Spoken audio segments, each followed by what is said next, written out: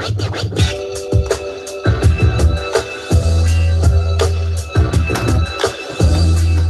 morning and welcome to the Media Speaks Live Sunday morning news show. I am your host, D. Lake for Prez. Today it looks like it'll be just me, just D. Lake for Prez. I hope all you guys can handle that. I know some people have difficulty handling that, and they note that D. Lake interrupts a lot and will deflect off topic as other people are trying to make their points. There's a big difference between debating and arguing.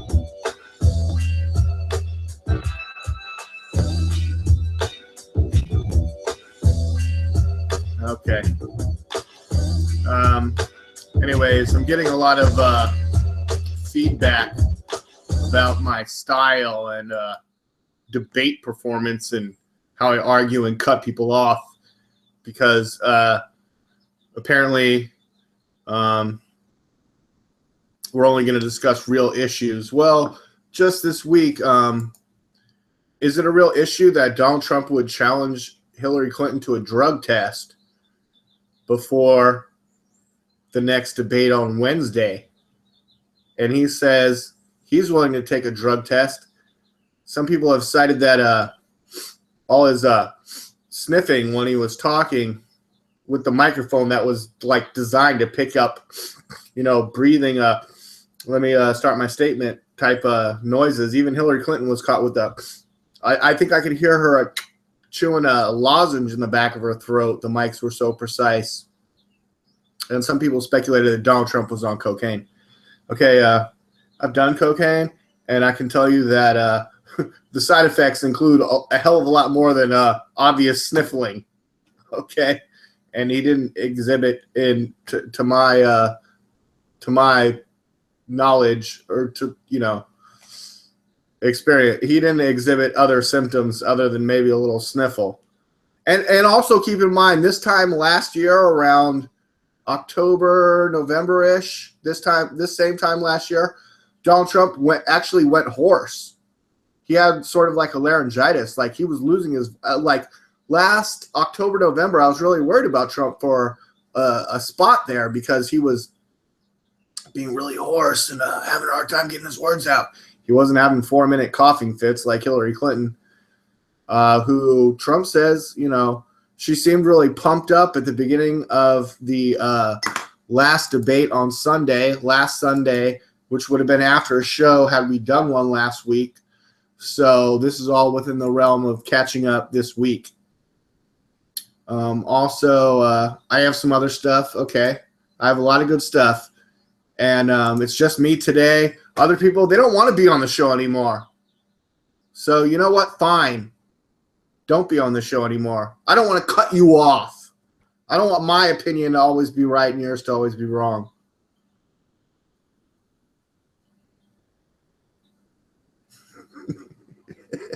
Where's my sound effects? That sounded mean, but I was kind of making a joke. No, everyone is entitled to their own opinion. And some people, their opinion or what they want to do is attack Donald Trump. And 3 weeks before the election, when they haven't said anything for a year and a half, their idea is that they're going to go live with Donald Trump sexually, did some sexual advances on me. Summer. You want to talk about summer, Sam? Welcome everyone to the show. Sam I.B. DeGangi of The Correct Views. I don't have my headphones in. I'm getting a little echo. Sam I.B. DeGangi, welcome. Greetings, unsettled souls. I have arrived. Let me see if I can get rid of this echo. How's it going? Great, yeah. Bring up Summer. I don't even know her last name. Starts with a Z. Zephyrnos or whatever. She was on the same season of The Apprentice as my sister. I met her twice. I met her once at my sister's house at the viewing party for the first episode of season 5 of The Apprentice, before Celebrity Apprentice. She was fired on episode 1. When I met her, it was just me and her. No one else was there. at my sister's house. My sister was out with my wife at the time and the kid and other people, and they were getting party stuff. And I was there, and Summer showed up, and it was her and I just talking for like 10 to 15 minutes. And she was being really kind of weird and offbeat. But I remember that she was attractive. I mean, she's no Melania, is what I put out there to show tips. But anyways, forget it. Sam I.B. to Ganji, how do you feel about Donald Trump saying that he wants Hillary Clinton to take a drug test before the next debate? And before I get your response, if you'll just go to mute and let me play this real quick, so everyone can know what we're talking about. Sam, are you good with that? Great.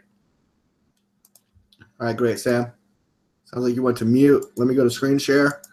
Let me just play this really quick. I'll switch to headphones after that, and then we'll have a conversation about it.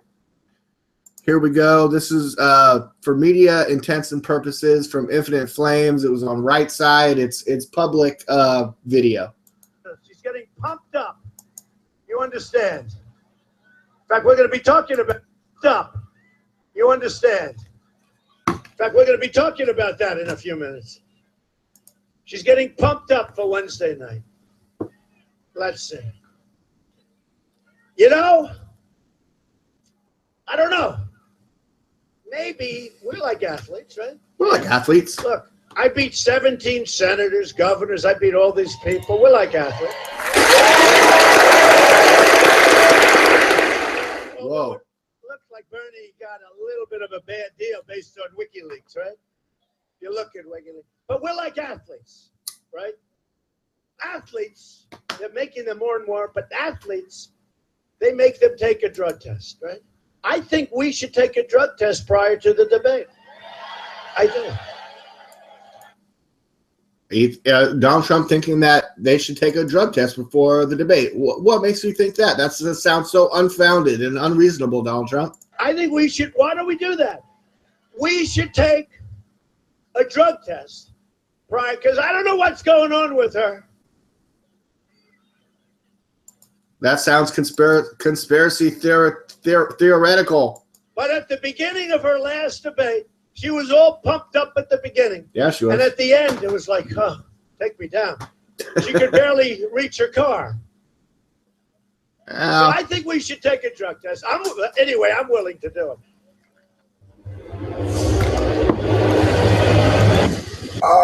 D-like I have to say, I'm against mandatory drug tests for any reason. That's a slippery slope that's going to come down to us, and I'm not in favor of it happening to us either. However, okay.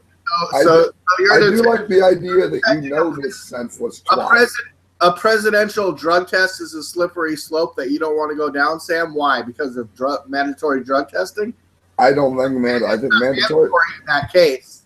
Mandatory drug testing is assault on the Fourth Amendment, whether it's done to me, you, or her. But I think beyond that, I like the fact that you know this idiot, this flake, the kind of person that she is, because the woman accusing him of rape was campaigning for him in June. She claims this happened how many years ago? But she was campaigning for him in June. It's obvious that somebody paid her something. You don't help somebody become president. And I've heard people say, well, maybe she waited to hit him at the worst time. You don't have a time machine. The worst time to hit him was when he was battling Cruz, not now. It's now only if you really thought he was going to win, which most people didn't. So if she had any credibility at all, she would have come out with this right around the time of Cruz, not now. So in a way, you're speaking to the timing of this, and you have questions with the timing, because a lot of people really have serious questions with the timing 3 weeks before election, when accusations against Bill Clinton span 30 years. And Hillary, for that matter. Hillary is the one who threatened the people that Bill was hurting. Sam, this is something that I think I said in the pre-show, and I really want to get your opinion on. How do you feel about liberal media saying that you can't bring up anything against Bill Clinton because Hillary is the one that's on the ballot, and it doesn't matter anything about Bill. That is her husband. It has been her husband. He is a former president. This is completely unprecedented. This isn't like Donald Trump versus Ted Cruz's wife, like what you were saying. This isn't Heidi Cruz. This is fucking Bill Clinton, former president, impeached, settled lawsuits for sexual stuff with Paula Jones for $850,000. What was the $850,000 for, Bill? What was your impeachment for, Bill? Lying to Ken Starr about your sexual relationship? What was, I mean, and then the Senate? Well, that's still her husband. That's still her husband, not her. My thing with her is that she was the one who helped her. I don't think that if I even when Estelle is going to help me with it. That's what stands out. Is that she helped it. She enabled it. She helped it. Even when they ran in the 90s, they were running on a 2-for-1 type of campaign. So how could they run on a 2-for-1 back then, but now it's not a 2-for-1? Now it's just Hillary, and just ignore anything about Bill. He's only going to be the first lady or first gentleman or first person. And Tim Kaine is going to be her right-hand person. And everything is just going to be persons now. Like Obama he always said folks. Black folks, white folks, those Jewish folks, my nigger folks. Everyone was folks. I'm sick of folks. And but Hillary doesn't want to bring up everyday Americans. Her speechwriters are like, Hillary's getting kind of tired of that phrase, everyday Americans. When she demeans half of Donald Trump's supporters as deplorable irredeemables, and then in newest WikiLeaks email releases, she says that like anyone that wants to have borders and immigration reform, or like a crackdown, like we don't want illegal immigrants just pouring across our borders for her hemispheric open border, open trade fucking fantasy dream, that all of a sudden we are quote unquote un-American, Sam. Un-American? Oh, un-American, Sam? Un-fucking American? This bitch has called me deplorable, un-American, irredeemable. Fuck this bitch. Fuck Hillary Clinton. I'm even more alarmed because she's, it amazes me that America is up in arms about this, that he used the word pussy and called himself a bitch because he didn't get said pussy. What guy in the world has not had that happen?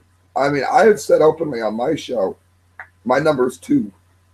I didn't hurt the girl. As a matter of fact, I stood there, apologized, and felt almost a whole inch high. But I didn't hurt the girl. But who the hell hasn't done that? And I don't know if I described it as felt like a bitch, but I can tell you I did. Has it ever happened to you, D-Lake? And how did you feel like $1 million afterwards?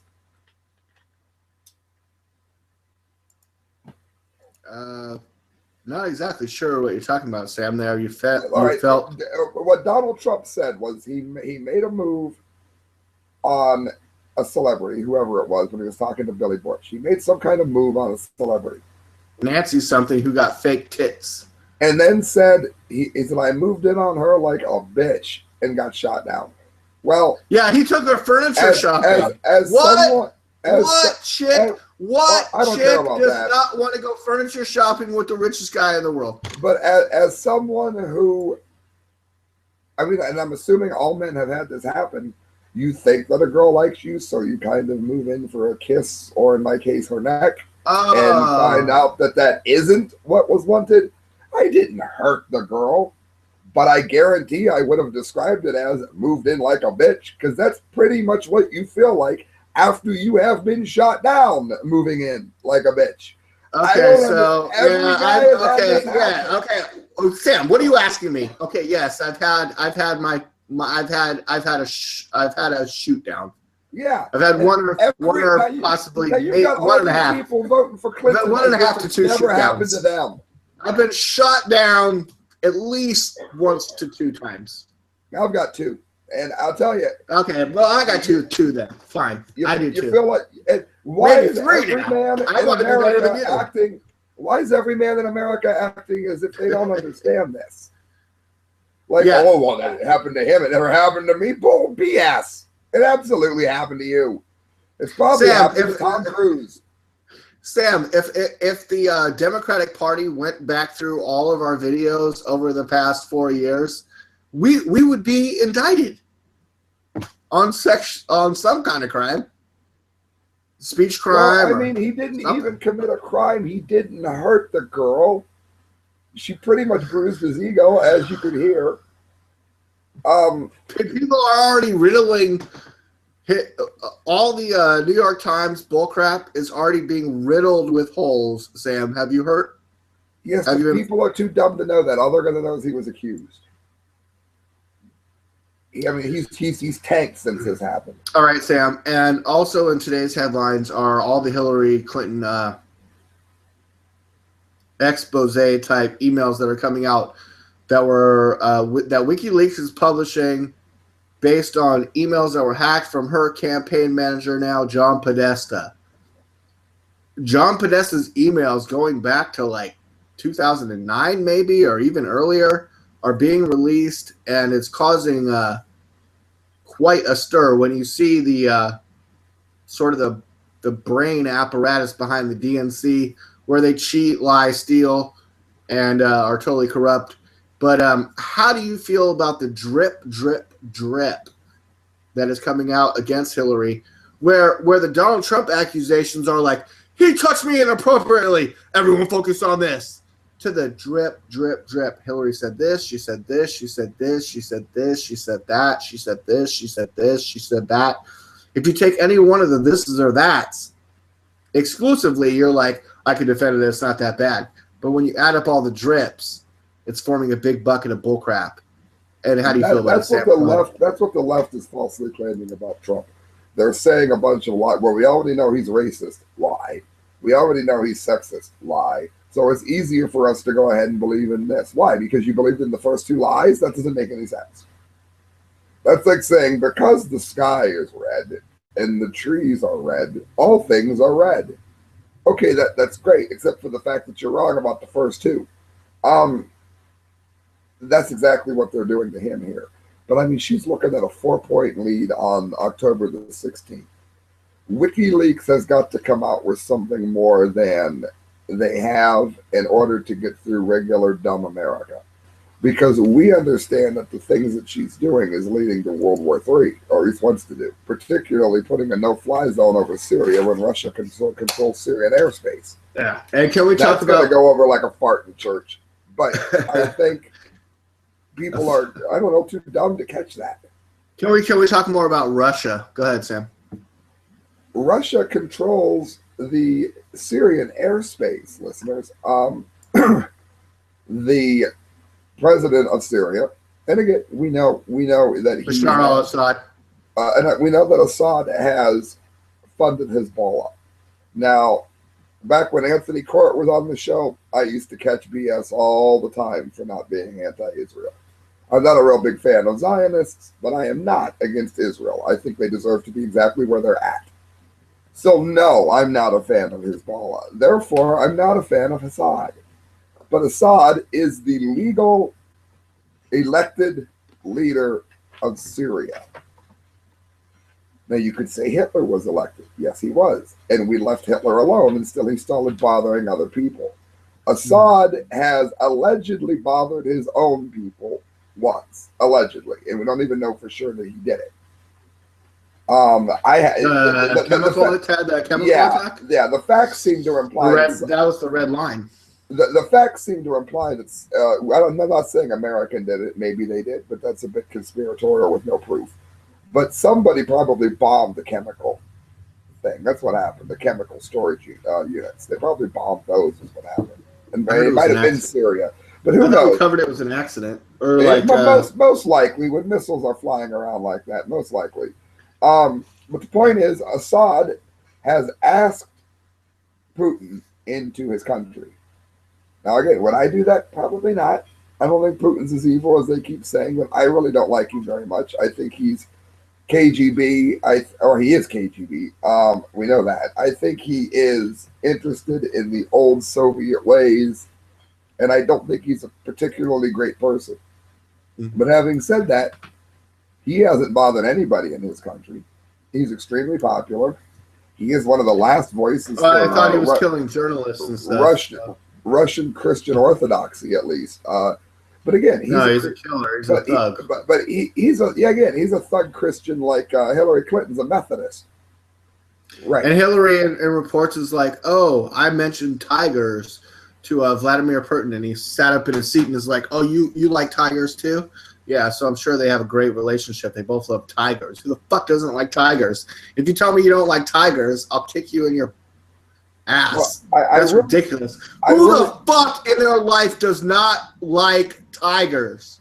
Who Speaking of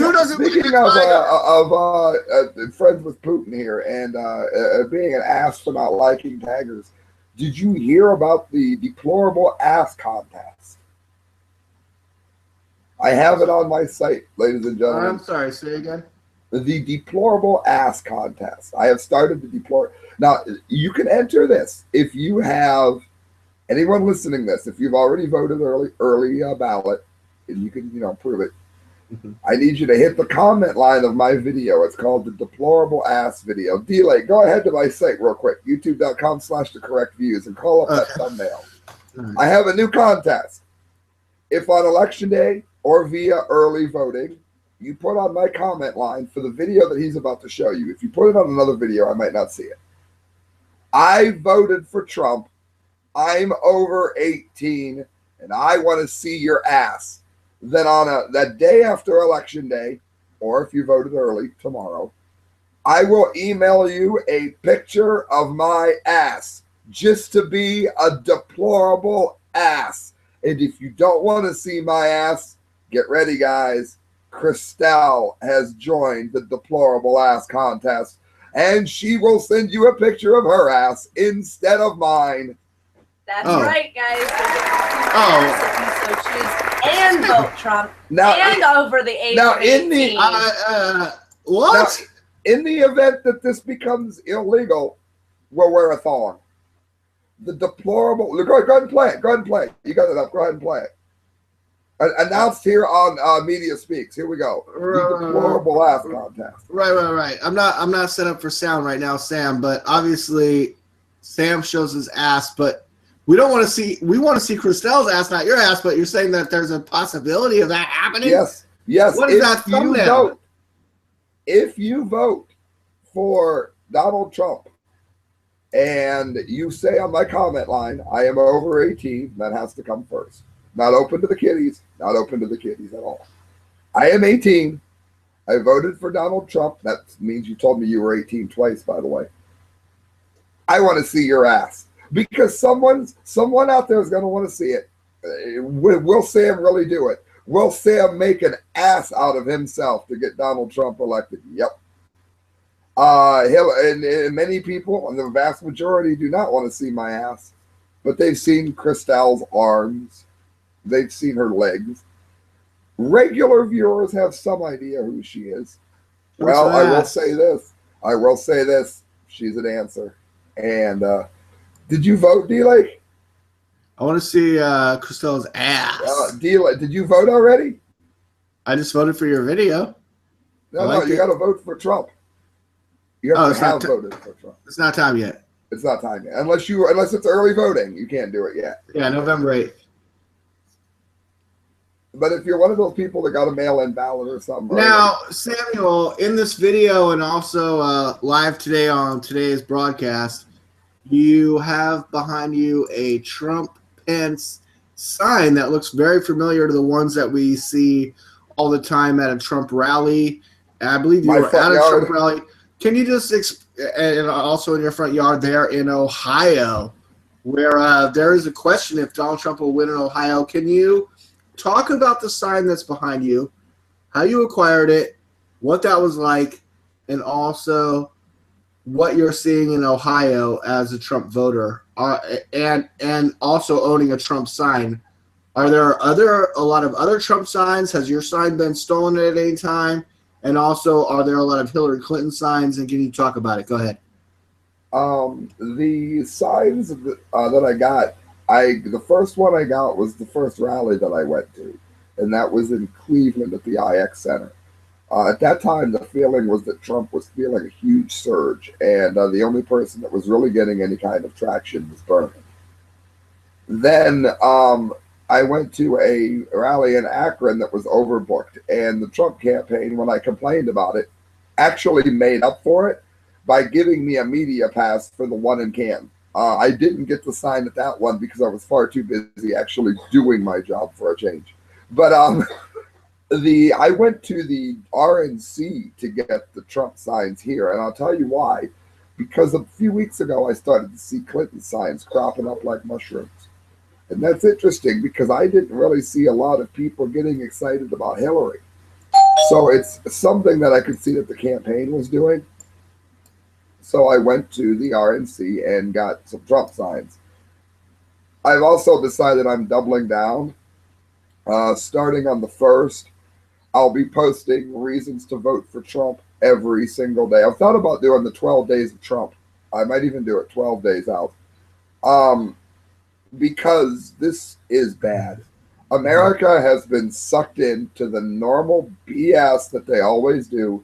And now they're worried about whether or not he called Rosie O'Donnell fat and ugly, even though we all know she is, but most of us feel like we shouldn't say it.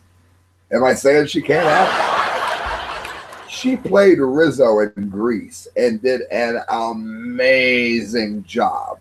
Yeah, 30 years ago when Donald Trump was molesting bitches. But you know what? She's still a fat, rude cow that nobody likes. I don't care how talented she is. Her daughter doesn't even really like her all that much. Anyways, Sam, let's not talk about Rosie. I mean, she, as Rosie... But they worry about that, and then they worry about whether or not Donald Trump got shot down trying to get frisky with a girl that he thought wanted him when he didn't even hurt the girl afterwards. This is all happening, but America is too stupid to realize that we're talking about World War III with Hillary.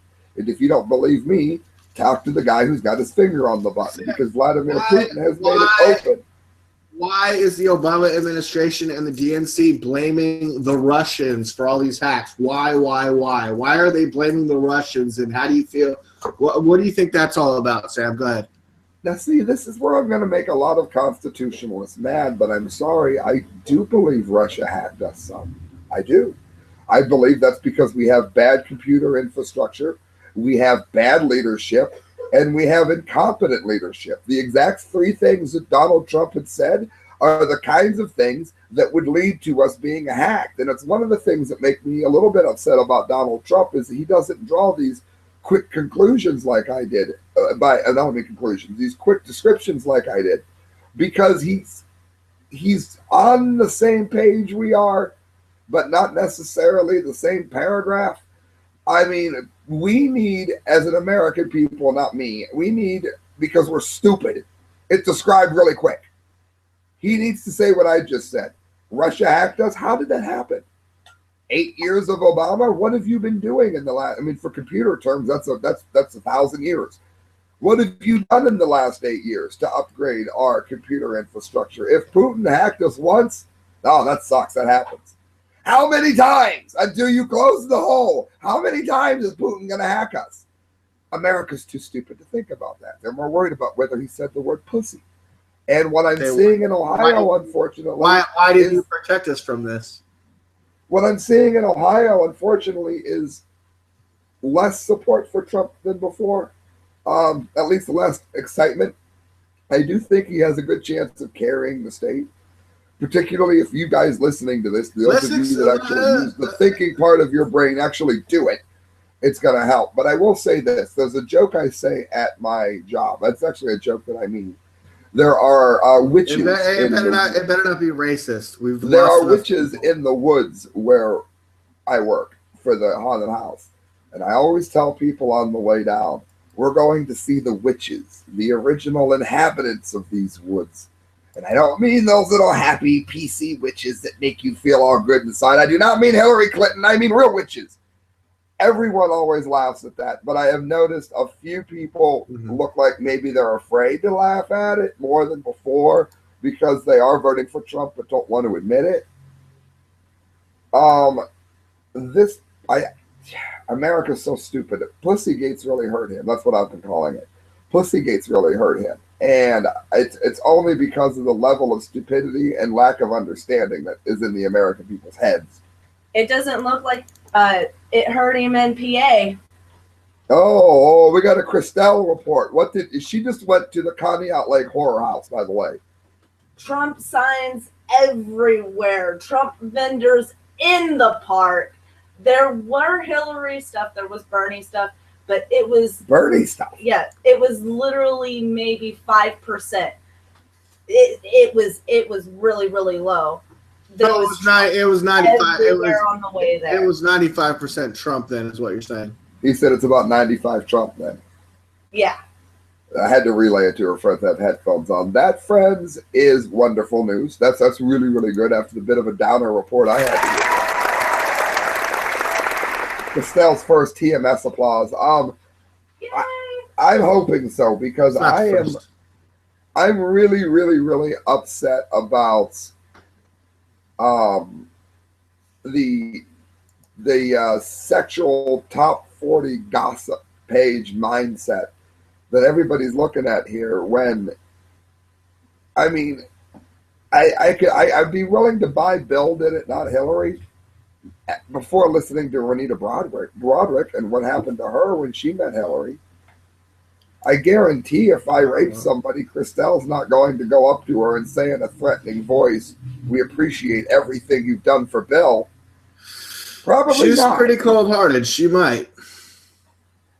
I mean, she sees your rise to power as her gravy train, so she'll hitch a ride to your rise to power. I mean, she's not going to threaten. No, but she is totally fine with you having other relationships for like 12 years with Jennifer Flowers, or she feels free and fine. She feels free and fancy to molest Yoko Ono, and she's the one grabbing pussy.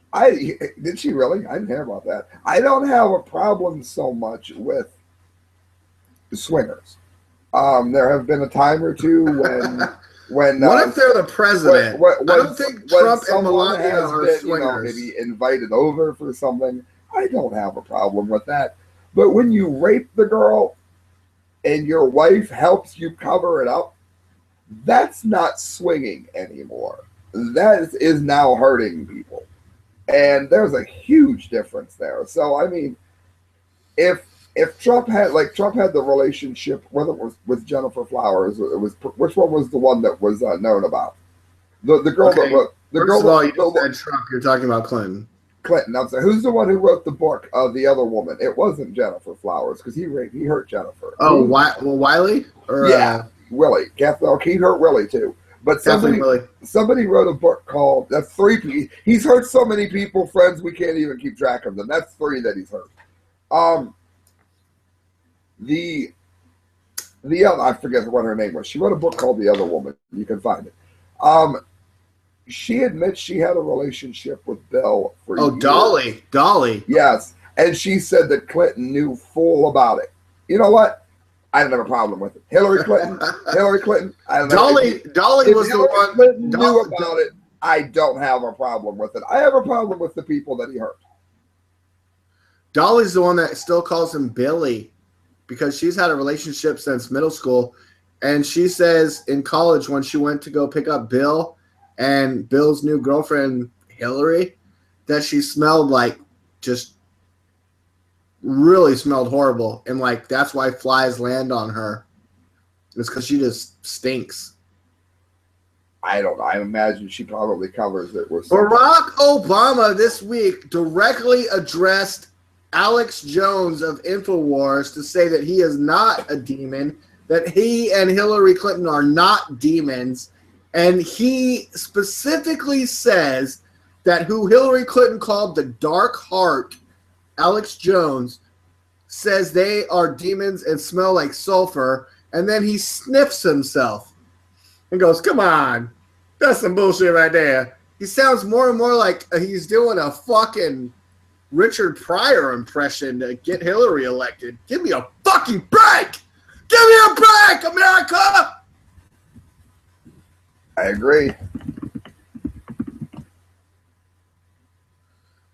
Barack Obama was supposed to come up with a plan to deal with Syria on Friday. I don't know if that happened. And now they're saying they're going to launch a cyber war against Russia. Why the fuck would we, the American public, know that we're thinking about a cyber attack? Why don't you just keep that shit hush hush? Just be quiet about it. Look, if a lot of people hate D-Lake, fine!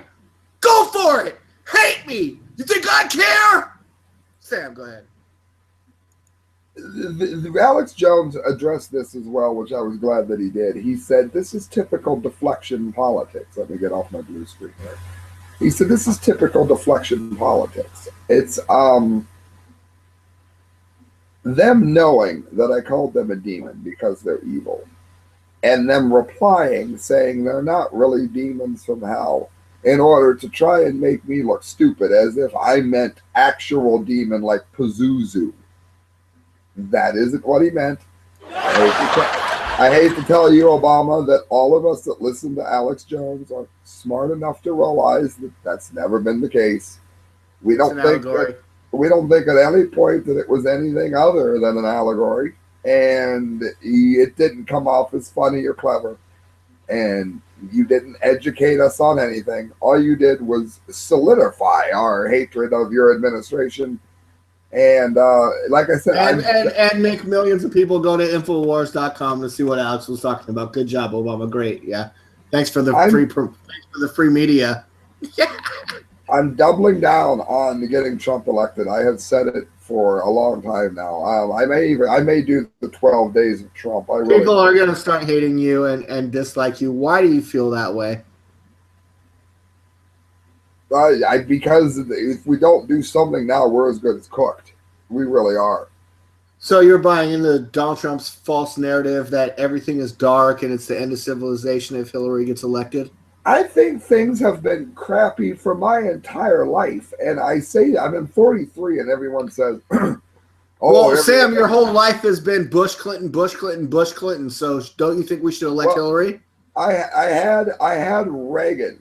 That gave me a decent life in the 80s when you were a little kid. Yeah, great. Thank you. And then, I mean, everyone says, oh, well, you always think your generation was the best generation, and you always think the one after you is a bunch of idiots. My dad had a fucking Corvette, house, was in the Navy. Shit was fucking pimping. Hold on a minute. I've always said that doesn't make any sense, because I have never found there to be this great prosperity in this country. I have never liked my generation. I have always referred to them as the sellout generation. We were a generation that got lucky. Hold on a minute. It was a generation that got lucky because the internet was created.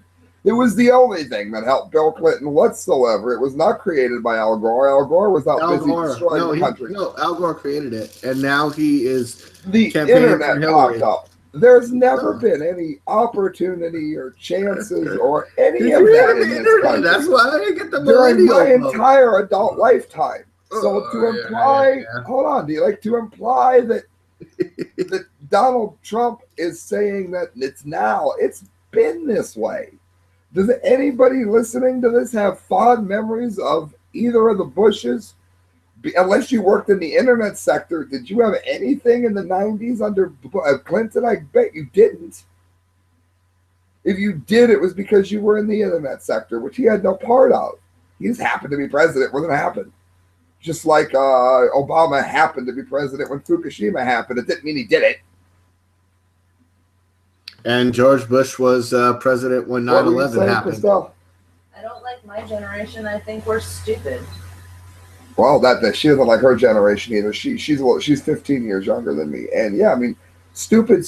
Our generation, her generation actually might be more stupid, My generation was more likely to just think that everything was going to be okay because it always had been. And we didn't really learn that the 60s movement wasn't about freedom and sexual freedom, and it was about destroying the entire culture. So, Sam, you're kind of like Donald Trump, that you're for guys with younger chicks. I think whoever it is people happen to get along with is fine. I don't think it matters one way or the other. The same thing with the whole race thing. If my girlfriend was a 35-year-old black chick with kinky black hair who was really super attractive, would that be okay? That's actually the very situation that my best friend Dan, his son, has a black girlfriend. And he's been with her for a very long time. Not only do we not want her to I might be good with Asian and or we white. love when she comes to shows. She's one of the nicest people affiliated with the entire band. We make jokes about all nationalities because a lot of times people tend to act like whatever nationality. We never do with her. How dare you make racist jokes, Sam? How dare no? I have to call you out, Sam, because if you make a racist joke and I don't call you out, people ever. quit the fucking show. We don't. You know, nobody even notices it until somebody brings it up. The only reason I mention it is that Sam, if you say another one of your stupid Dago jokes, then everyone is going to hate me for putting on the laugh track and allowing you to say such a joke. They again, yes, indeed. On a bigger level, I do think that we are being sold a bill of goods here, because the bottom line is, if it wasn't for Trump running, the race of my friend's girlfriend wouldn't even come up. Nobody cares. Nobody has cared. This is something that Obama has started. This division here makes us look at every black person like they're a member of Black Lives Matter, about to beat us with a stick and interrupt our 5-star dinner. Now, this speaking is of not helping race relations.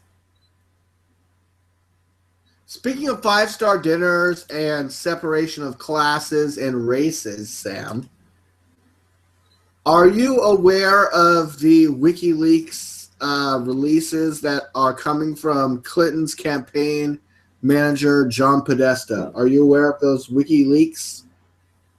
Oh, he's a real work of art, ain't he? Now, if it had been Donald Trump, they would be saying he has to fire. Remember how they wanted him to fire what's his name because he bumped into a reporter? John Podesta is allowed to work for her campaign when he said the most despicable things ever found on record. And excuse me, just yesterday, the day before, pardon me, 2 days ago on the 14th. Excuse me, I'm having a Hillary Clinton. He tweeted, this is his third tweet of him making a lobster risotto, and he says, I bet the lobster risotto is better than the food at the Ecuadorian embassy in London where Julian Assange is at. He says his lobster is better that he's making for the Hillary victory party. And WikiLeaks says, yes, we get it, Sam. The elite eat better than the peasants they abuse. It has 12,000 loves and 8,000 retweets and whatevers. And John Podesta he's like, oh yeah, I'm making fucking lobster with Daniel Boulud for Tim Kaine and the Hillary Victory Fund. Go suck a big. If I was Donald Trump, what I would do is I would have my victory party with, obviously they're going to have prime rib or filet mignon or something great. And I would also have a stack of cheeseburgers. And I'd say, you know what? Unlike cheeseburgers? Unlike John Podesta, we're going to have food for the elites. We're going to make sure we have a good old cheeseburger because we haven't forgotten where we came from. I'd make a boom. Cheeseburgers, chocolate shake, French fries. Oh yeah. I wonder which if it's a Maine lobster or if it's a West Coast No. lobster. Because if it's West Coast lobster, they're going to be eating more radiation from Fukushima than they are lobster meat from the seafood. To all beef patty, special sauce, lettuce, cheese, pickles, onions on a sesame seed bun. Booyah. The Big Mac. Sam, I don't know if you know. Did you hear that the Big Mac is starting to slip? McDonald's Big Mac is slipping. And they're afraid only 1 out of 7 millennials have tried a Big Mac. Has your wife ever had a Big Mac? Oh, yeah. Yeah, I mean, I don't hold on. I don't believe that. For one thing, I don't believe it's 1 out of 7. More people than that have tried it, but that doesn't make any sense. But, no, yeah, it's going down. But Big Mac's going down. I mean, there isn't any way you can go anywhere when you have no money and not end up at McDonald's. That doesn't make any sense. But here is, unless I mean millennials rich, but here is here's the easy fix for McDonald's.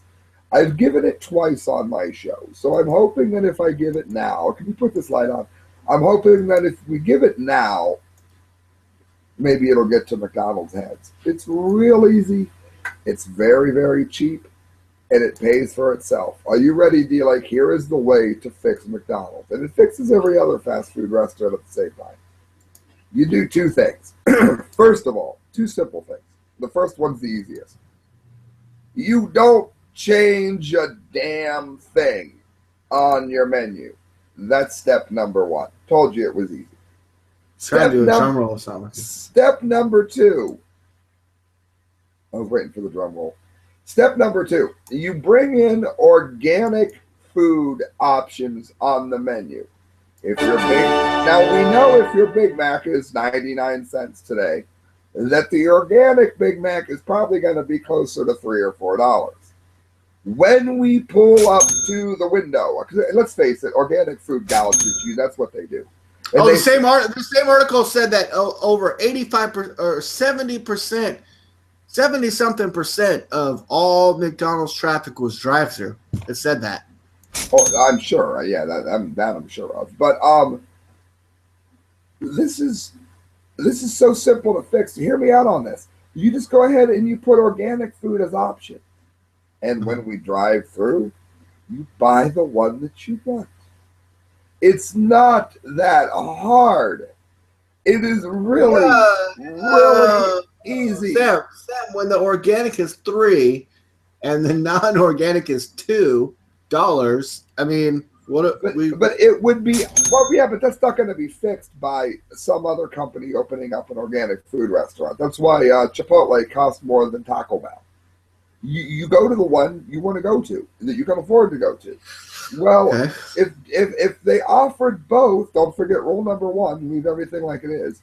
If they have the original cheeseburger that you've always wanted, you know what? Maybe a lot of people who are more health conscious will say, "Hey, duck over to McDonald's. They got organic burgers."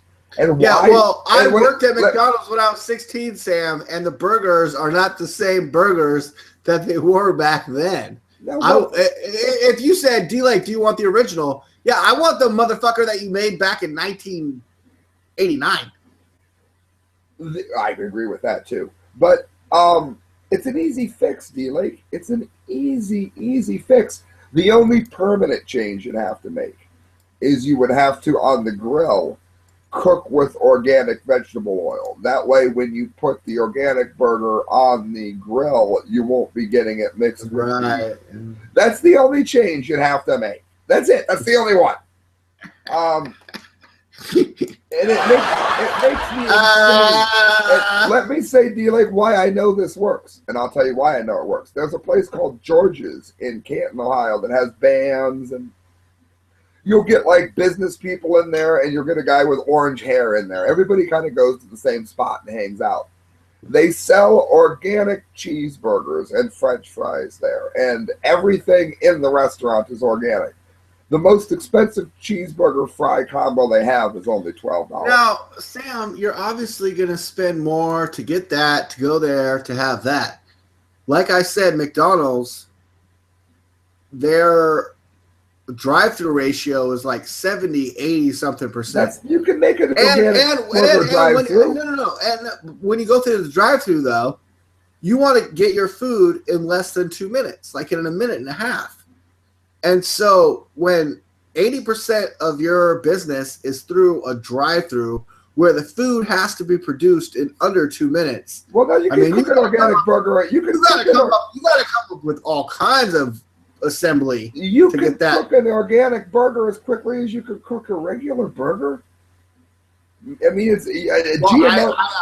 Okay, I hear you on that. Okay, so you're talking about ingredients. I hear you on that. On that. Which one do you want to pay to get when you're in the drive-thru? And Well, this solves McDonald's problems. If you want the cheap burger, you get the cheap burger. If you don't, but price shouldn't be based on poison versus non-poison. No, it has to, and I'll tell you why. And this is where it has to. It has. Let me tell you why it has to. Let me tell you why it has to be. The reason that it has to cost more than the other burger is because organic food. But how do you label that, Sam? I'm going to finish my thought no matter what. The makers of organic food gouge you. When you buy organic meat, it always costs more than the regular meat. And that's because they're gouging you. It's actually more expensive to make contaminated meat because you have to buy antibiotics all the time. Organic food doesn't. But they gouge you. So it would be impossible for McDonald's to get organic meat for the same price that they get GMO meat for. That's not going to happen, D-Lake. They reportedly get their chicken from China. It's fine, but that's what I'm saying. You're going to have to charge more for the organic food to get a free. Yeah, but you cannot. But at one point in this debate, you said that on the billboard of the drive-thru, the organic menu. Poison. You just organic menu. You open an organic food and menu. Everything on an organic menu is like $2-3 more. Most likely, yes. It's real easy. But organic menu. Well, Sam, here's my point, Sam. If you have the organic menu, and this menu that you want over here, it costs a little bit more. It's called the organic menu, right? If that's the organic menu, then what is this menu over here called? The non-organic poison fucking anything could be in the shit fucking menu? Just a regular menu. Oh, it's just the regular. So now we have regular menu. Do you remember when menu. What's the name of the chicken? The really good Christelle. What's the name of that chicken you used to spend more for? Menu that's good for you and menu that's bad for you. Oh, she's not in here. There was a chicken she bought at McDonald's. McDonald's already does this, D-Lake. They just don't do it with organic. They have a certain kind of chicken, like a select, I think it's called, that is more than the 99-cent chicken. It's like $3. Well, I agree with you on that. I've seen that. I know they have that. The 99 open the organic menu. If you want the organic food, you order the organic food. If you don't, you order the regular. Why is that so fucking hard? It's a good idea. I told you it was a good idea. It'd be really easy, and then you would pick. I know, but it just makes I know, but it just makes me as a human. I feel guilty. Because I don't get the $4 select, I get the 99-cent non-organic, and that decision that's all I could afford. But I was really hungry, and it has mayonnaise and lettuce and chicken and stuff, and it's like, it was only 99 cents. But what am I eating? Is it my responsibility when I go to McDonald's to always spend $4 to get the select to make sure that I'm not eating just the 99-cent crap? Yes, that is the basis. Oh, great! Well, I wish I had a better job so I could always get the $4.99. Well, again, people would do things too, like let's say they'd get the Big Mac, and then they'd be like, "Well, potatoes are kind of potatoes. Just give me the regular fries." I mean, you're not locked in. You can order whatever you want. Maybe you're going. What about when you're like, I'll just have like a regular soda, and they're like, did you know that you could get the super extra large soda for only 25 cents more?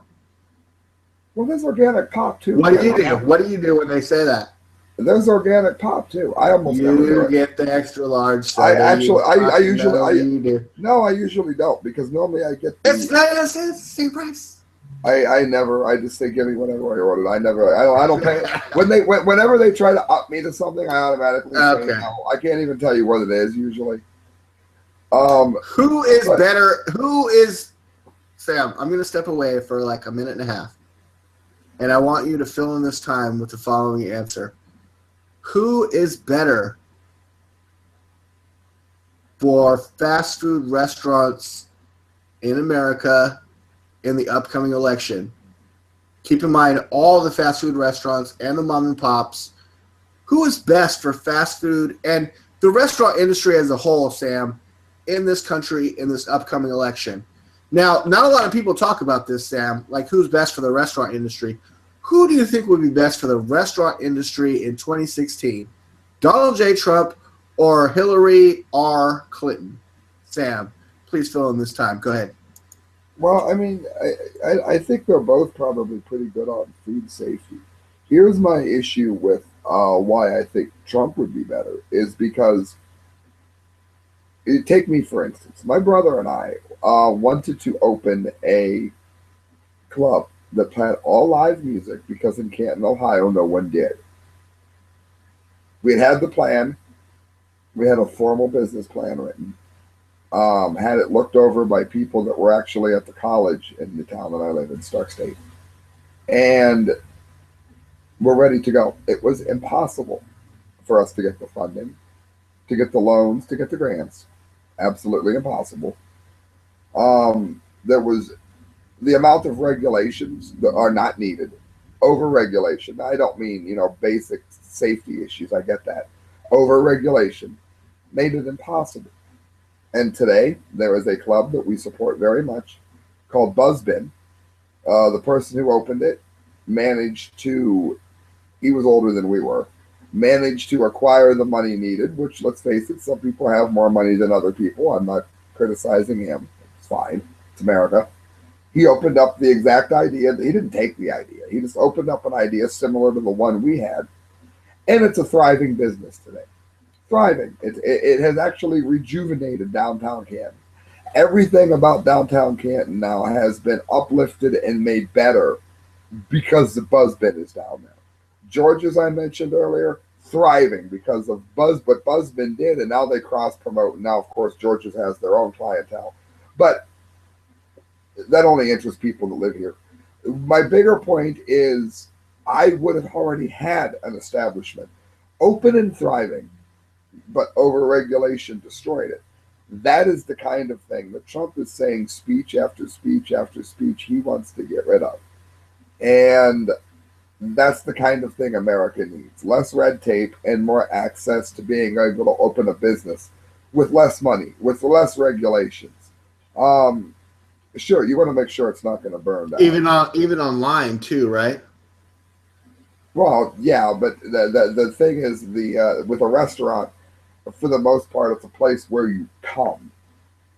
Actually, a physical place. What my brother and I wanted to do was actually a cross between George's and Buzzbin because we wanted to also serve food. But it would have been much easier with a President Trump in office than a Bush and Obama, for sure. Absolutely. Great. Awesome. And also in today's top headlines, and something that I wanted to get to, Sam, are you hearing there is a new chatter? There's a new thing. There's a new idea. And ideas are bulletproof. It is for everyone supporting Mr. Donald J. Trump for president, for them to wear red, the color red, a red shirt. Wear a red shirt, red pants. I don't know. Wear red. Women for Trump are wearing fuchsia. The Women for Trump color is fuchsia. Oh, see, Christella is not going to wear fuchsia for Trump. Well, wear red. Anything fuchsia? Maybe red. Maybe red. Red.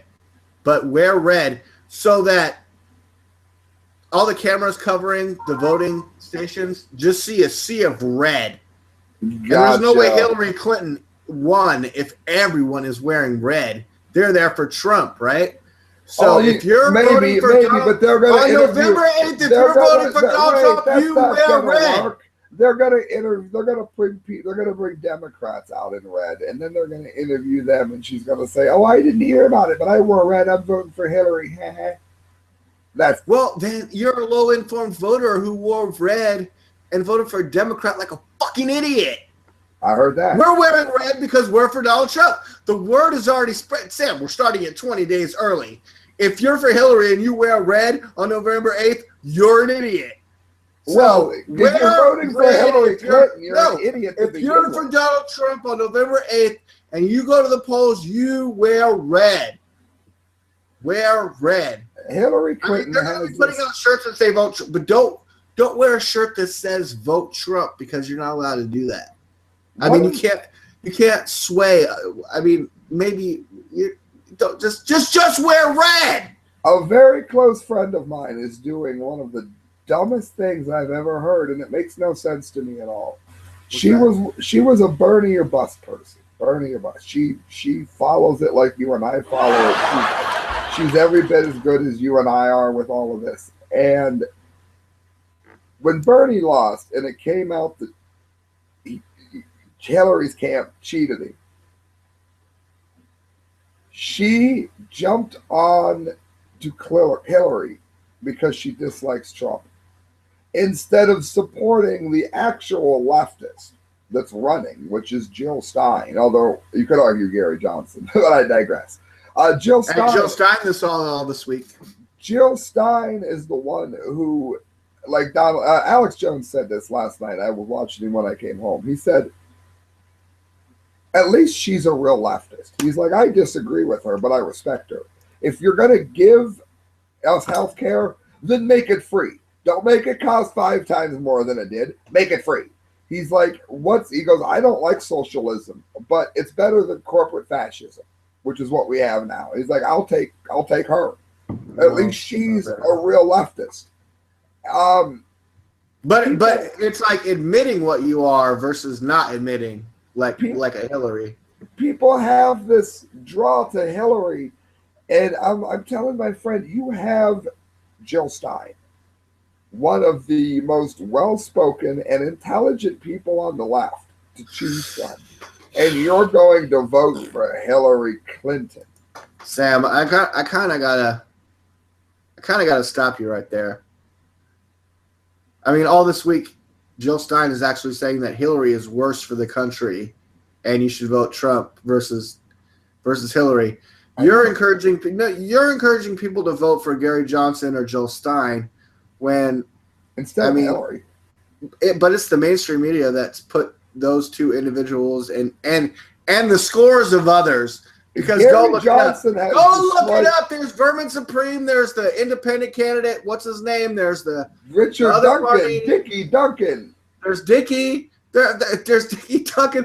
There's all kinds of other people, and you might see their names on the ballot and vote Dickie Duncan, but not enough people are going to vote Dickie Duncan. I mean, Sam, I appreciate that you say Jill Stein and Gary and all this. Now you're it comes down to Trump versus Hillary. Absolute pause. Here's why D-Lake, ladies. No, I have to pause you. Here's why D-Lake completely put his foot in his mouth, and I'll tell you why. Are you kidding me? I'll completely tell you why. I've quote unquote voted for the one that isn't going to win forever, be it Ron Paul or Gary Johnson. The only reason we have Donald Trump where he is today is because he won the Republican National Convention. The only reason we have a real constitutional minded person where he is today instead of a Bush. The reason we had Rand Paul on the main stage at the beginning of this until he threw his campaign away is because we voted for people like Gary Johnson and Ron Paul when he ran Libertarian in the past. Likewise, if you are a leftist, then if you're not going to vote for Trump, then you would vote for Stein, because if you're trying to if you're trying to do with Bernie Sanders what Ron Paul did for the Republicans and the right, if you're on the left and you're trying to get a Bernie Sanders elected in the future, the best hope you have of doing that is to vote green now. Then next year, just like all the people that voted Ron Paul 4 years ago, we got a Donald Trump, which is sort of a watered down Ron Paul in terms of like the way Trump wants to attack the Fourth Amendment a little more than Ron Paul did. Mm-hmm.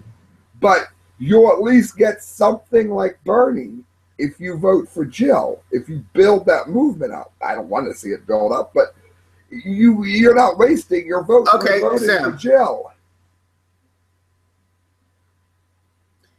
In this election cycle, in my personal opinion, I think a vote for Jill Stein is like voting for the 2% that won't really affect the overall general election.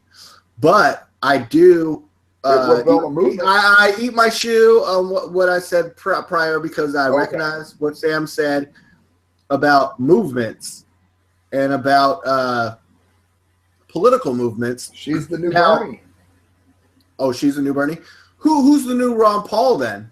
Because I was the very first person that I Justin know of Amish, who was a gigantic Ron Paul supporter in 2008 when that was like very just off the chart. And then in 2012 when it was much more popular, I was a Ron Paul supporter all the way. Go back and check all my videos.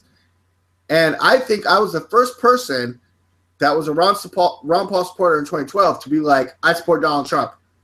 Because, as you know, I announced my endorsement back in July of 2015, like right after, like the day after he announced, I said he's going to be the president. The new Ron Paul is Justin Amish. I wish I would have put money down. Actually, Justin Amish is the new Ron Paul. He's too young to run yet. He's the new Ron Paul. I think he would. He's not the new Ron Paul this year, but maybe in 4 years, right? Well, I mean, he's the new Ron Paul that is at least in office. Let me see if I can find his. He's not new Ron Paul in terms of support. Now, Donald Trump, when he was still running against Rand Paul, said he's that too young. You got to get him. Donald Trump said that Ron Paul had the spark. Donald Trump is on record saying that Ron Paul had the spark. But he said that Rand Paul didn't have it. And when he said that, I was like, man, you're right. And I also said it's all about the spark. You want to know who has the spark in 2016? It's Donald Trump. It's not Hillary Clinton. He has the spark. He will win. It's the spark, ladies and gentlemen. It used to be called the Matrix in the Transformers movies. Now it's called the spark.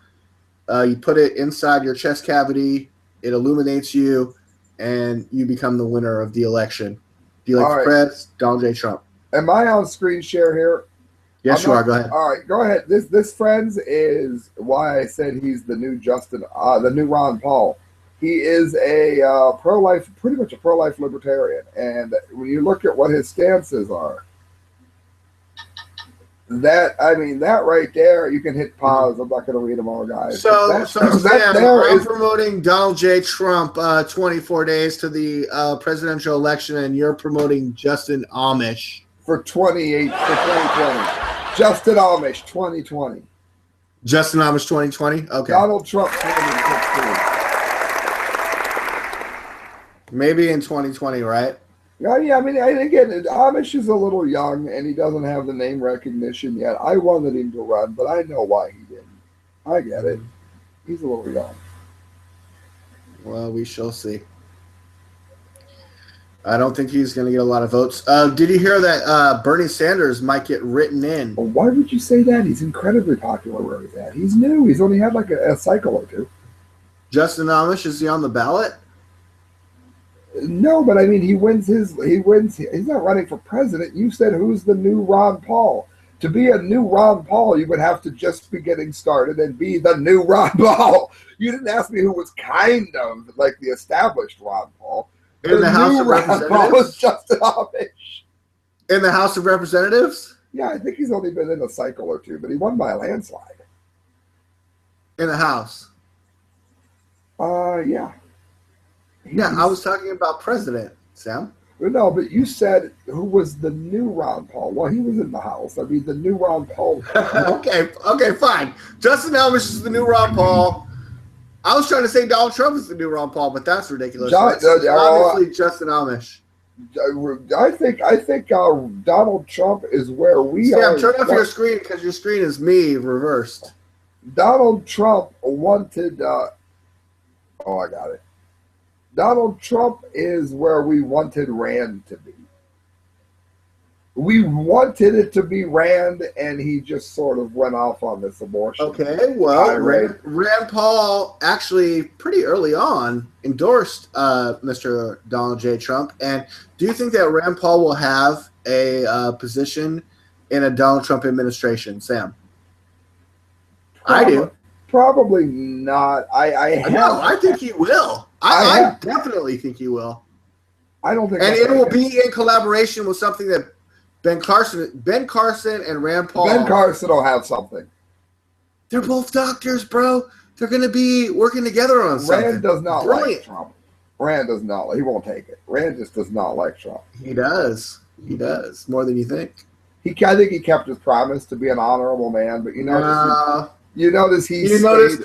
how quiet he's been lately. So that when he does get appointed, it won't seem that weird. You notice how quiet he's been. I think he's being quiet because once Pussygate because he's going to get appointed if Donald Trump is elected. Boom. No, I think the reason he's being quiet is because once Pussygate hit, I don't think he wants to be. He just wants to kind of be out of this whole election. Now that he's lost, I think he just wants to be out. I don't think we've seen the last of him, but I think Mike Huckabee, and I like Huckabee. But Huckabee and Carson and even Christie to a degree, they're out there, and I think if Trump is elected president, I think you will see other people that were running for president this year being slowly incorporated into his administration, including Rand Paul, like I said. I hope. I don't see it. Bobby Jindal. Yeah. Bobby Jindal. Not Lindsey Graham. He will be excluded. He will not be welcome. Jeff Sessions, Mike. I could see he's a senator, but Alabama Senator Jeff Sessions is already pretty much incorporated into the campaign. Christie is a part of the transition team of bringing Trump into. Look, it's going to be Donald Trump. Who do you want your transition team to be? Those guys or John Podesta, who all his emails got leaked, talking about sending an email to the needy Mexicans or needy Latinos, one phone call. This is or Hillary Clinton, who says at a private meeting at Goldman Sachs behind closed doors that she needs two positions, a public position and a private position. Public, private. I'm just not. This is the first time that I've begun to get mildly concerned about the election, is since this BS was keep on, and I really hope that. Wait. By that you mean you thought it was Trump all the way until these latest allegations on the tape on Friday?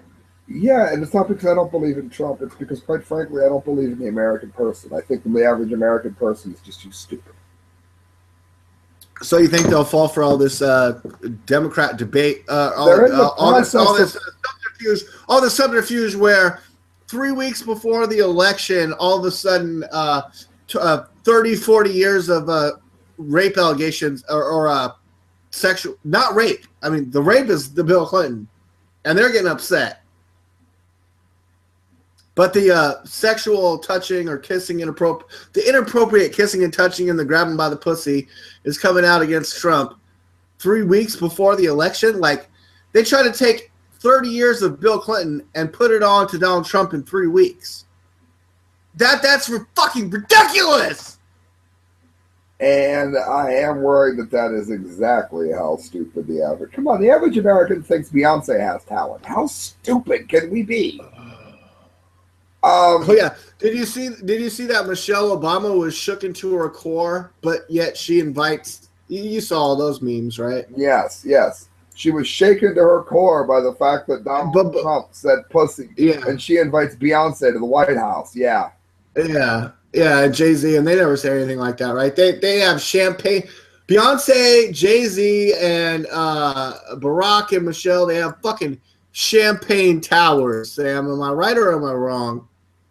Not only that, but the amount of times that Jay-Z uses the word bitch in any given song is probably something that would break a calculator, a quantum calculator. Oh, Jesus. My stupid LGBT friend is like, Donald Trump is no match for Michelle Obama, who over the course of his lifetime. Oh, that's a quote. Michael Obama. You seen the one that's like, grab him by the pussy. They show a picture of Michelle Obama, and it's like, never mind. I heard that. Oh my God! I'd rather. Michelle Obama says Donald Trump's private remarks about women 11 years ago were shocking and demeaning. I'd rather put my dick in a mousetrap. I'm dead serious. My Never God, mind. she is one of the most unattractive people. Sam, never mind that the Obamas have repeatedly invited rap and hip-hop musicians to be honored at the White House, musicians who sing lyrics that not only objectify women in their body parts and glorify sexual assault, but also cop killing. Look, Sam, you remember the PMRC more than anyone, and cop killing and song lyrics and booty and hey, we want some pussy. Hey, we want some. Sam, you remember all that?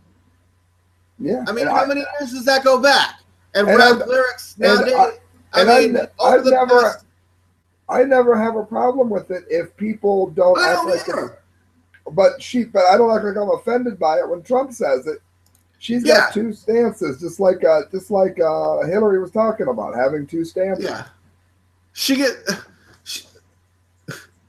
I don't know. Is that a stupid argument? Jay-Z and Beyonce shaking her ass pipe in front of like a big giant crowd. I'm trying to find that meme. Like that doesn't offend Michelle, and she says she's a great role model for our girls. Well, she's like wearing like her titties and like or shaking her butthole in front of like a whole giant crowd and like but Donald Trump says he takes ladies furniture shopping and wants to sleep with them, but he totally failed and he felt like a bitch. But then he says that he's so rich he can do anything. And then how come Billy Bush didn't call out Donald Trump and say, hey, you just told me this story about taking a chick furniture shopping and you felt like a little bitch and you couldn't score with her. So, but now you're telling me that you can just do whatever you want and grab him by the pussy? I think that you can't because you just told me that you couldn't. So how should I think that you could? I just thought of that. And also, Sam, when they got off the bus, Mr. Trump was a perfect fucking gentleman. He did a Hollywood air kiss to the girl. My sister was on The Apprentice. That's what they do. Okay? He didn't molest her, my sister, in any way. And for stupid fucking Summer to come out and say that Donald Trump did some, invited her. Summer was on The Apprentice season 5, episode 1. She got fired. D-Lake for Prez, your reporter, talked and hung out with that individual, that person, the person that is coming forward with rape allegations against Donald Trump. I was talking to that person for like 15 minutes. I have like inside exclusive information. And did she come off as a flake when you knew her? D-Lake, who knows the person? She came off a little bit weird. She came off offbeat, a little bit weird, kind of nervous. But this was before the first episode of the show, which she already knew the results of. The results of the first episode that we watched at my sister's house with her in attendance and me there was her getting fired on the very first episode. She got fired on the first episode. Now, there was like 18, 20 contestants. And there was like a 13, 14 week show, right? I don't know how many weeks the show was. I don't know. But all the contestants went to New York where they were sequestered, Sam, for the entirety of the run. You know what a sequester is from a jury, right? Yes, that's why I gave you the honest music. So they all stayed in this specific. They stayed like basically in a hotel. They had rooms, kind of like The Real World on MTV. They had that. They were sort of in like a college sort of dorm type situation. One chick tried to accuse my sister of poisoning her with eggs because she got sick. Poisoned with eggs. And fucking Brett. Go back and watch season 5. Fucking stupid Brett. And fucking Summer was fired on the very first episode. And then she says that she has all this knowledge about The Apprentice. So, but when you're sequestered for the entirety of the filming of the show, when you got fired on the first episode, what do you have to do after that? You're just sitting around waiting for the show to be over, right? Nothing happened there. Then she says years later. No, you froze up there for a second. Can you hear? Yeah, Sam. Okay, good. Yeah, you froze there. My screen's not showing me when you can see me and when you can't, but I can tell when I can. I'm saying she was sequestered for the duration of the show, but she got fired on the very first episode. So she was there the whole time. And then she says, and then this week, Summer sends a letter, or it came out that back in April of this year, she sent a letter to Donald Trump saying, come to my new restaurant and show up and help me, get all this business and stuff.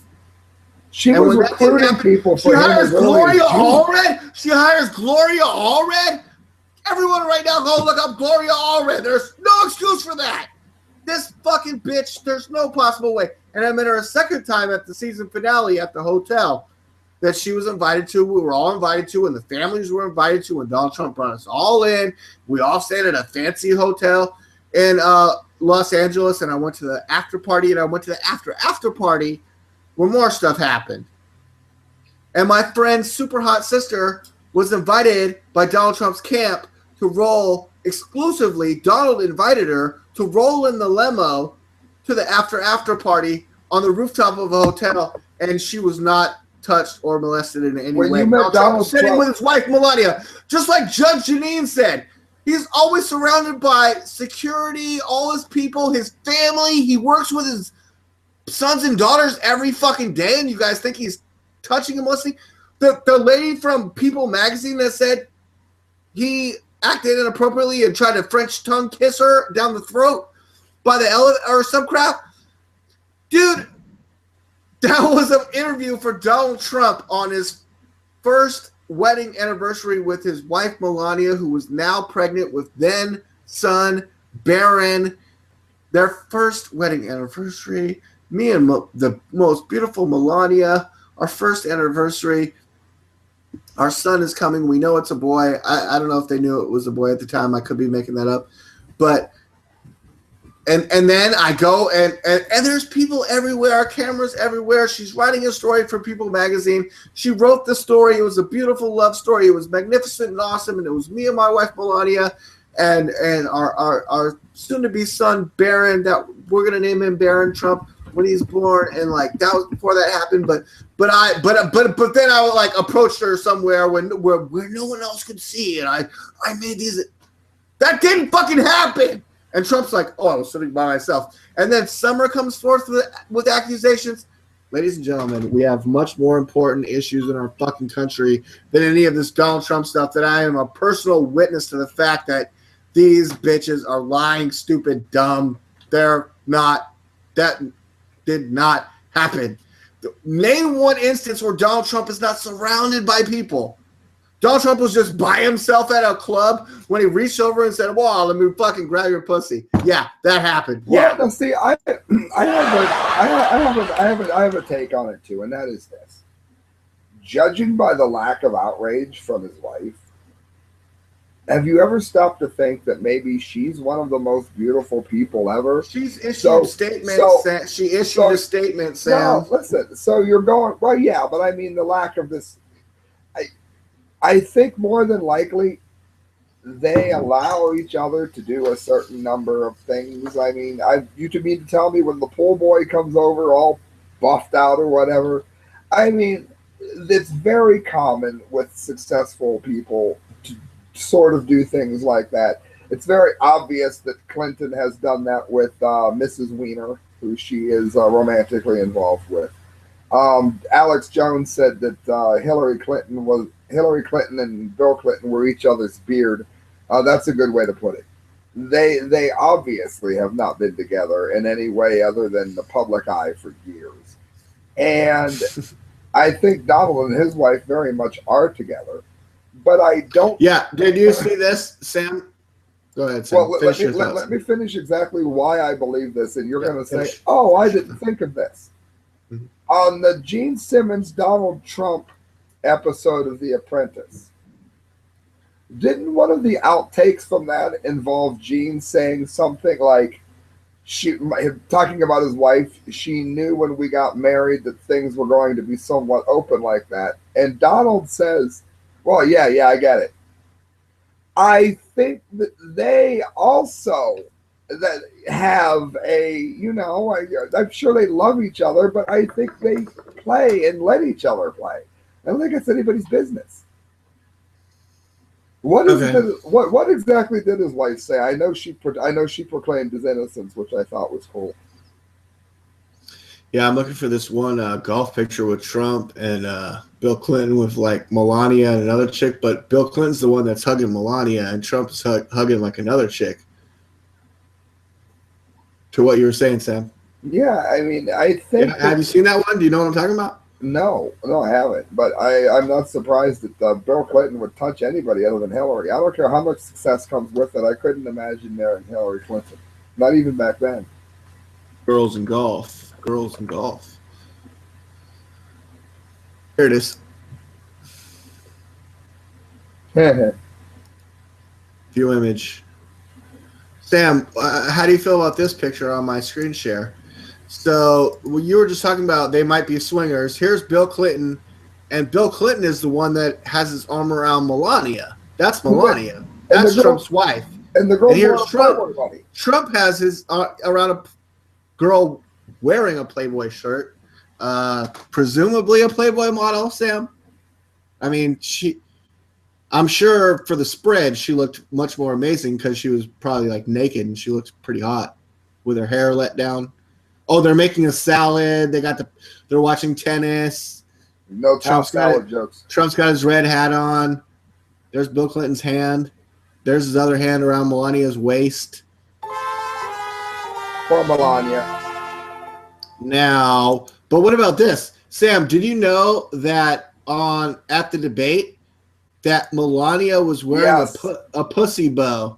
And can you talk about Melania wearing a pussy bow, and was that the greatest trolling of the mainstream media of all times? She didn't know what it was. I hadn't heard of it until I read it. A fashion designer doesn't know what a Gucci pussy bow is, Sam? Are you telling me she did not know what she was doing? Oh, I hope she did. A fashion designer? I hope she did. A model? I hope she did. I hope she did it as a big FU. I hope she did. Yeah, I know Melania wore a pussy bow to the debate. I hope she did, as on purpose. I like her. I think it was She should be my favorite first lady, I think, that I've ever seen. Every time she speaks, I'm like, she really is. And you can just tell she's really, really intelligent. Sometimes she messes up her words just a little bit. But, I mean, she speaks English well. That's not what I mean. She plagiarizes Michelle Obama by accident. Well, I mean, she's not a speechwriter. They gave her that speech. But I think when she's speaking freely, she speaks very, very well. But I think she's someone like me. She doesn't particularly have an aptitude for other languages very well. I think she learned. Sam, she speaks like 6 to 7 languages. I understand that. You need to let me finish. I'm getting to that.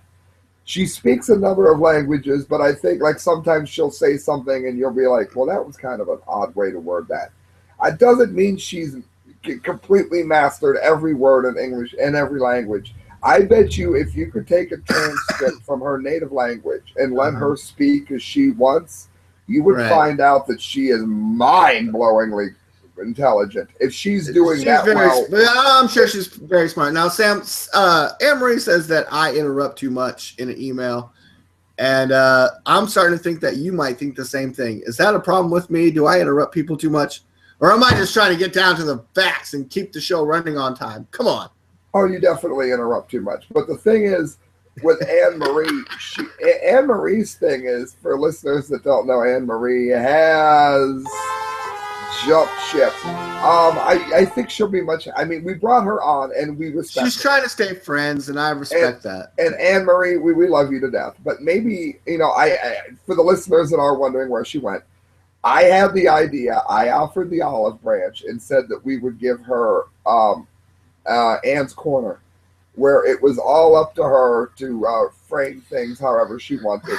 I didn't agree with that idea. I didn't agree with that idea, Sam. I know you were sending a lot of late night texts, but that sounds a little. But at the end, we do have segments. I've got news from the science front, so that's what I was about to go. Look, okay, we do have segments. We do have sections. It is a good idea. It's a good idea to segment the show. If people know that such and such segment starts at such and such time on the show, they might just skip forward or tune in for just that. Now it's time for Sam's science news. Well, I do want to finish this one thought real quick. I do think Anne-Marie will probably be more happy in the future if she finds a more left-leaning show. But during her tenure here, I wish to say she did very well. All right, moving on. Yeah, if Hillary Clinton wins, then her new show is going to be all about shitting on you and I. Her first show is going to be laughing at us. No, I imagine her first show will be something that attacks Donald Trump for 45 minutes straight without taking a breath. It's totally unfair for us to be talking about her right now. But she's not pro-Hillary. I will defend her on that. She's not pro-Hillary, but she's not pro-Donald either. And people are going to wonder where she went, so at least we addressed it. Okay. Check this out. We addressed it. The moon has hundreds of more craters than we thought. This is a New Scientist in the Science Corner by Rebecca Boyle. Sam, you didn't even let me. All right, go ahead. I'm sorry. It's Sam Science. It's time for science. It's the science. It's Sam Science. And today it comes from newscientist.com, Rebecca Boyle, brace for impact.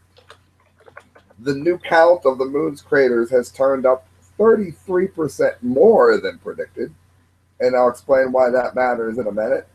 Bombardment by small meteors is continually churning out the surface of the moon, and the crust and the dust up could pose hazards for future lunar settlements. In other words, not only is there a real good chance that they're going to get hit by these because there's no atmosphere on the moon to burn them up, the Trump moon. There's no atmosphere to burn them up. Sam, we need to build a wall around the moon, the Trump moon. I love it. But the dust that hits would almost be like I don't mean in terms of the poison. It would be like a nuclear bomb going off and setting off the dust into the atmosphere. It's going to be very hard to live under the dust clouds that would happen if and when these things hit near the encampment on the moon. It'd be a mess. It'd be a real mess. Small meteors regularly impact the moon and Earth. On Earth, they usually burn up in the atmosphere or land in uninhabited areas where they go undetected. Now, that's usually falling stars, friends. But the moon, they constantly form craters and impact basins. Previous studies of craters and Apollo samples helped paint a picture of the past crater formation. But we've only recently begun to distinguish new craters from the moon's battered surface. It turns out that many of them are newer than we thought. Not good news on News from the Science Front today.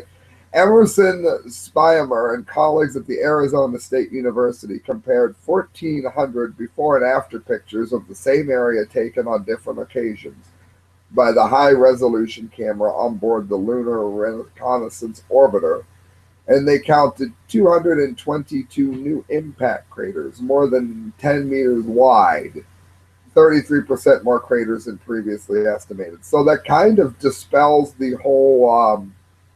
Remember that moon picture where everybody keeps trying to say it's real, where there's like this big glass structure on the moon?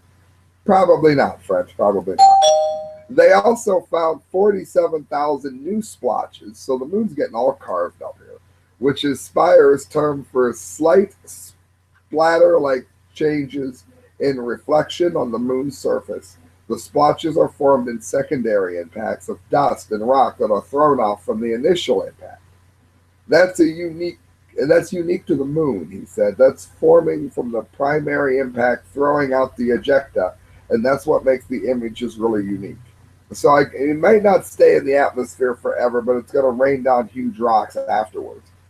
The large new crater is 43 meters in diameter. The small is 10 meters, which is also so small, as small as the LRO can see.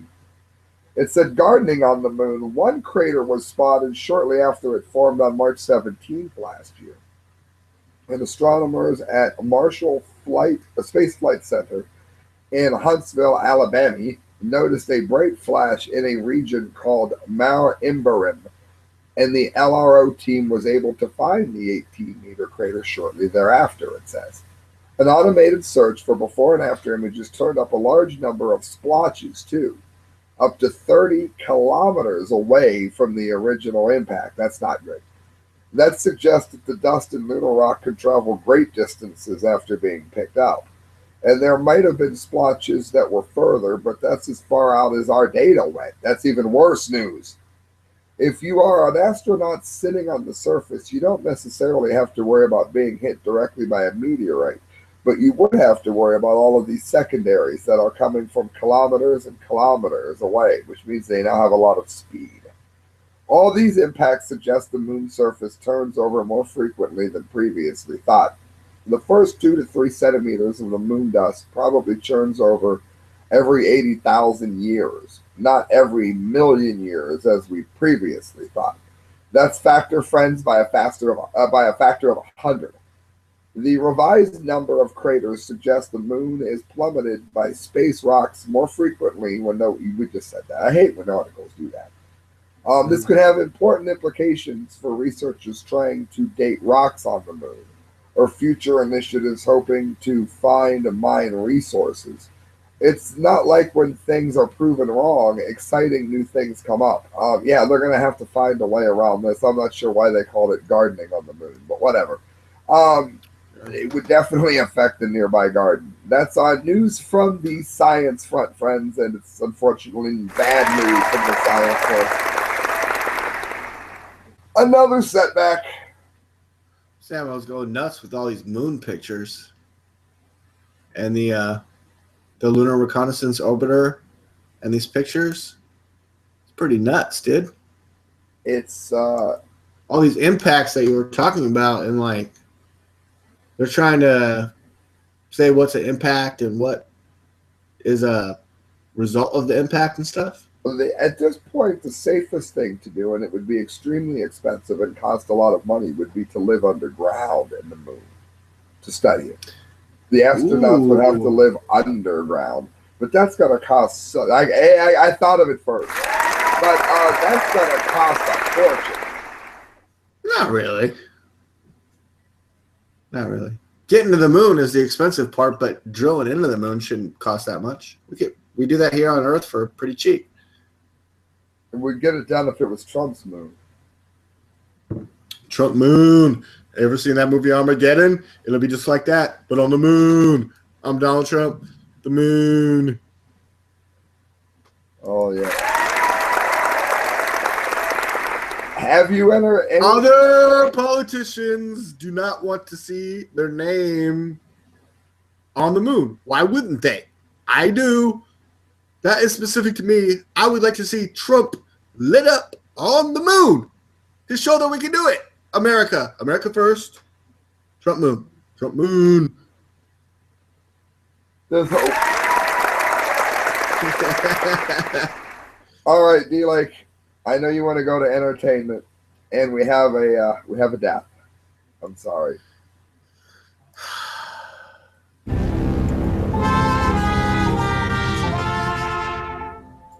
Pro skater Dylan Rader dies at 28. Dylan Rader? Rieder. Very, very sad news here. It said, born to ride a skateboard. It's a seemingly silly concept when you think about it. But Dylan was very much the person to do it. Let me see if I can find the Thrasher magazine article here. Just an Sam, we had a problem. what? It looks like Dylan Ryder is a porno star.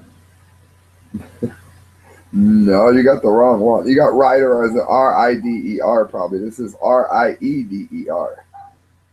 It's a seemingly silly concept, but Dylan Rader made us believe it. The man was absolutely, positively a gift. Power, style, grace, he had it all. That said, he was much more than a skateboarder, and that's what makes this infinitely tragic. Think about what he had already accomplished, and imagine what he could have done. We are at a loss for words right now, but what we do know is that Dylan made everything much better around him. Our thoughts are with his family and friends. I thought that cancer took him out, but I'm not sure. I'll have to check it online.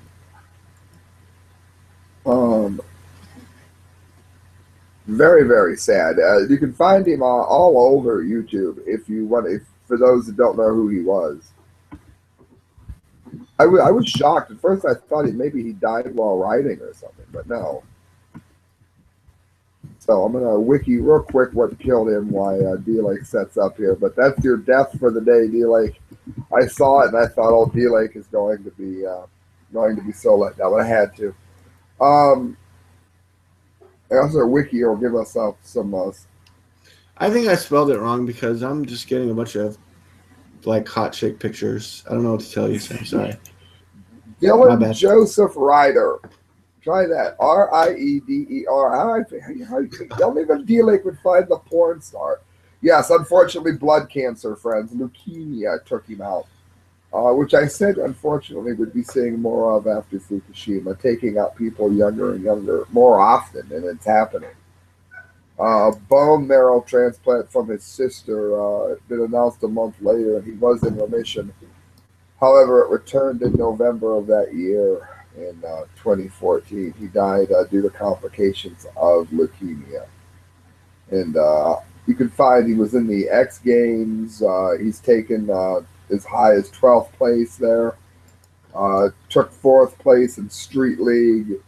He was been in movies. He was in The Grind. He was in Supreme Cherry, Trans World Magazine, Reader's Choice Pick, Best Video for Trans World, and unfortunately, blood cancer, friends.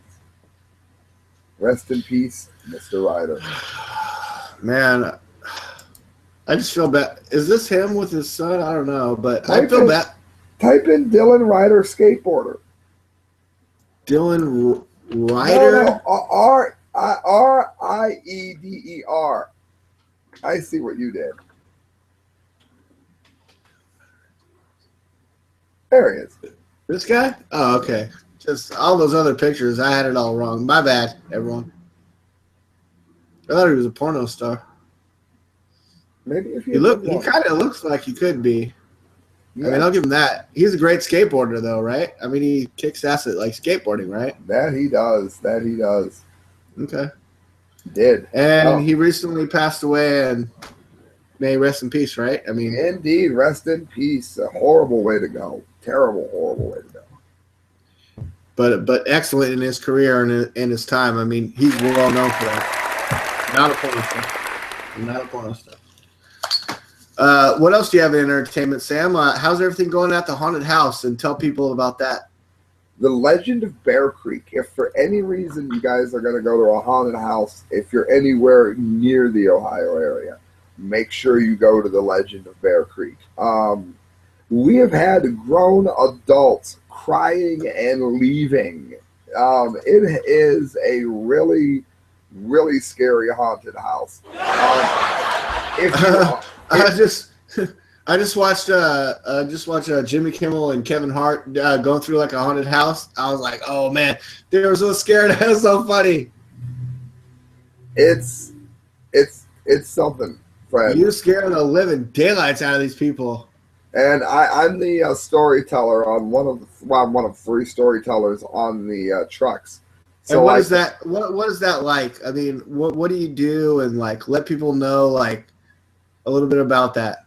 Yes, when you first get there, a hayride shuttle takes you to the first house. When you get out of the first house, you have to walk through a cemetery, and my character is there to greet you. I take you on a ride through the woods in the middle of nowhere, telling you the legend of Bear Creek. And it gets graphic. For instance, one of the parts is that the grizzly bears came out of the woods, and when they ripped open the stomachs of the people, their intestines splashed onto the ground like water being thrown from a mop bucket. Now, you're riding through the woods, and I'm telling these demented ghost stories and the legend of Bear Creek. You then take a walk in the woods through you see witches and everything else. Get back in to the hayride, and then I tell you a story as you go through what looks like hell, and then I drop you off at a maintenance shack full of clowns. It is a fun, scary house. Definitely not one of the tamer houses in the area. Did you say a maintenance shack full of clowns? Oh my god, that sounds like a fucking nightmare ready to happen. Basically, the story goes that the prison was overrun with a virus from the CDC. So an experiment gone awry. And when they built campgrounds there, the only way they could get people to come, in light of what the legends were to have a carnival show up with clowns. So yes. I'm going to. I'm either going to the Blossom Music Center haunted house or the schoolhouse and laboratory tonight. I don't know which one yet. Outside of the Bear Creek, Sam, have you had any creepy clown sightings? I mean, according to the Drudge and some other news, these creepy clown sightings are getting out of hand. Even Ronald McDonald is going into relative hiding, because he's afraid of all these creepy clown sightings. People are starting to revolt. They want to kill. Now they want to kill the clowns. Clown lives matter, Sam. They do. Look, this whole afraid of clown things is just a further exemplification of how stupid our country has become. When Stephen King's It is being remade in Hollywood, it needs to be remade. The original one, the end of it looks like they ran out of money and they just came up with like a plastic spider. It's the stupidest thing I've ever seen. And one of the best books in the whole world. How fucking dare you? No, you're right. You're totally right. It was good up until then. It was good until the ending. And the ending died. Stupid shit. The big thing is this. If we live in an era where grown men are afraid of a man in a clown outfit, is it any wonder that we're ending up with Hillary Clinton? Is it any wonder at all? I mean, well, what if the clown is Donald Trump? They've been saying he's the clown since the day he announced, they said clown running for White House. Clown, let me put in clown for president. And I bet you we're going to get a Donald Trump. Oh, first 2 pictures. Well, the Chris Christie one kind of applies. Somebody asked me where Donald Trump was. Nobody's afraid of clowns unless the clown is holding a knife. Just like nobody's afraid of a hockey mask unless somebody's holding a knife with it. You're not afraid of everybody in a hockey mask just because of Jason. Why are you afraid of every clown in the whole world because of a monster movie? It's stupid. It is a sign that we live in a stupid era. When I went to the circus, I loved the clowns as a kid, and yeah, I still love clowns. Now I'm looking forward to the spooky clowns that are going to probably be at Blossom where I'm going, because I'm going to a haunted house. But if I see a clown outside my house, I'm not going to be afraid. I don't get it.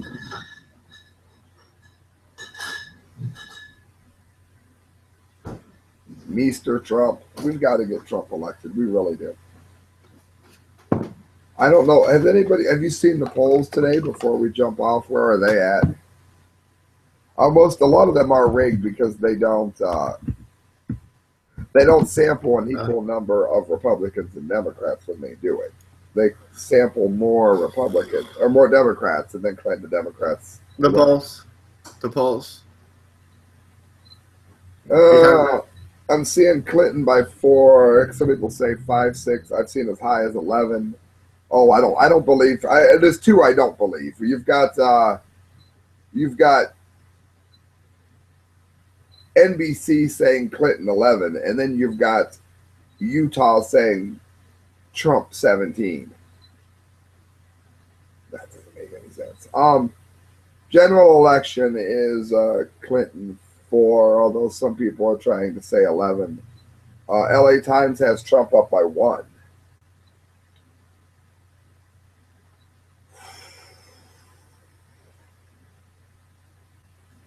Pussygate. Is it really all going to fall apart because of Pussygate?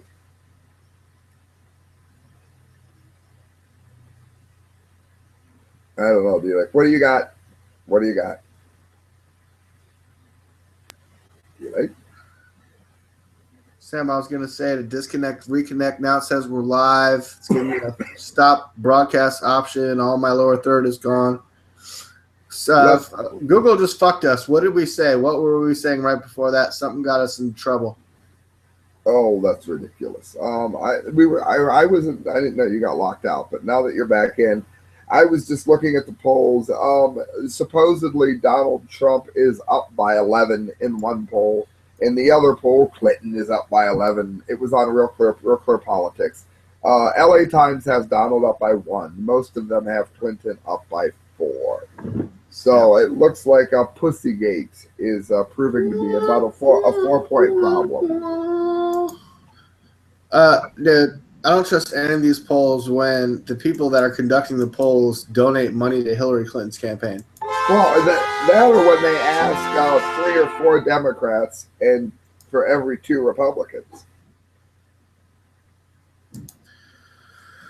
All right, Sam, I think it's been a great show. I think we covered a hell of a lot of news. And we talked a little bit about people that are not on the show today. They could maybe be on again in a future date. Other people that like what we're talking about or want to oppose and bring their counterpoint are welcome on the show. They always are. We've always encouraged that. And I think opposing viewpoints are great. Will we talk over you? Will you talk over us? Will you talk over us? I mean, that's the question. I mean, when you have a debate, it's like, yeah, one person might be louder than the other or win the debate or lose the debate or, be rendered speechless. Utterly. But friends, if you want to join us, you want to be a member, you want to fill that 3rd seat, we'd like to have you do so. So get a hold of us. We want to fill 7 seats, and we're only 2 people, so we're going to need a lot more. It's true. Friends, I'll tell you what. If you want to make sure you get a hold of us, you'll be delighted that you did. Leave us a message. You can get a hold of me at thecorrectviews@hotmail.com, youtube.com/thecorrectviews. I'm also on Tumblr. You'll find me there. I'm the only person in the world on Tumblr. D-Lake, where can they find you? Sam, you should get a Gmail account. Hotmail's getting pretty old school. I'm D-Lake. You still like the Hotmail? All right. I'm D-Lake for Prez. Yeah, you can find me on YouTube. Just look up David Lake. Look for the Captain America shield. It's usually right down here, but Google, again, totally jacked us at the end of the show. But we're going to wrap it up, and everyone, please check us out online. Just type in The Media Speaks on whatever search engine you use. I mean, if you don't find us that way, then something's wrong with your internet connection. D-Lake for Prez, Sam IBDeganji, themediaspeaks.com. Check us out every week on Sunday for the Sunday show. That's always amazing. And if you want to be part of the show, then hit us up. Pour juice on your chin. I feel good about it.